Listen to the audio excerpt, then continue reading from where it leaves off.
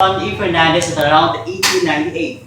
So this house made of stone and wood is the largest colonial house in Fernando Gaston. Don Victor Gaston lived in this house with his children until his death in 1927 at the age of 70. And after that, this house was occupied by his children reunion. So nagkakanta po sila ng family reunion every 3 years and it's also updated. And dito, yes, opo, dito. Pero hindi sila po natutulog dito. Kasi pumunta sa next na municipality, yung Manapta, kasi nandun pa yung isang lisentas na.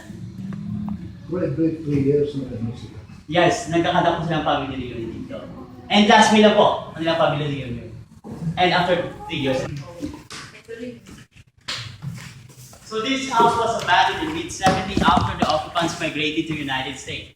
And one of the descendants donated to the Negros Cultural Foundation and Silay City Night to the public. This is the first museum po dito sa Negros. And that's the pictures before and after the restoration of the house.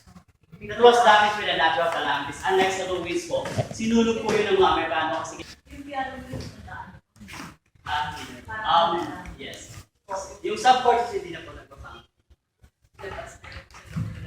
So this is the old telephone in 1940. Kasi yung bahay is abandoned almost